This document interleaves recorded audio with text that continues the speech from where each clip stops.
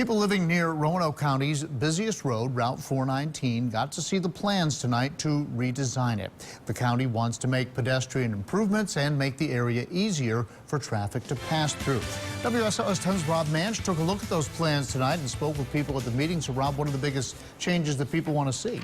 Well, for some people, they want to see that road become more pedestrian and bike friendly. Right now, 419 doesn't even have sidewalks, but for others who sit in traffic jams there on a day-to-day basis, they just want to see traffic move through smoother.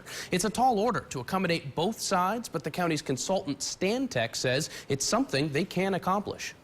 One representative from Stantec, Mike Rutkowski, says it's no secret that something needs to be done about the corridor. There's a lot of inherent problems, especially during the peak hour. People are making brash moves.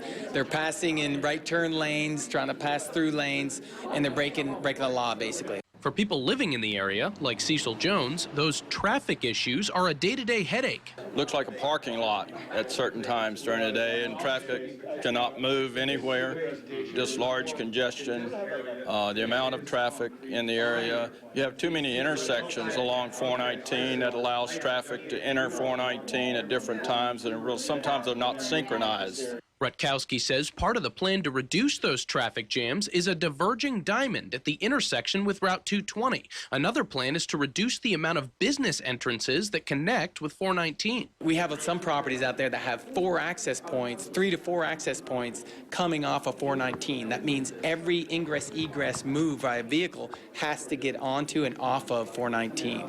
If we can advocate for better access management and cross-access, we take cars off of that road. It's that simple. Other people say to revitalize the area, the first focus needs to be on sidewalks and crosswalks. The lack of pedestrian infrastructure especially affects the disabled, like Stephen Grammer. Crossing the street to get to a restaurant without a proper crosswalk with the countdowns and, nice, broad, easy slopes, you're taking your life in your hand. Rutkowski says those crossings are a big part of the proposal. Providing high visibility crosswalks, better lighting, even street trees, and sidewalks where they don't even exist is the basic element to improve that walkability aspect. Rutkowski says the redesign plans should be complete by the end of March. Jones says he's glad he's had some input.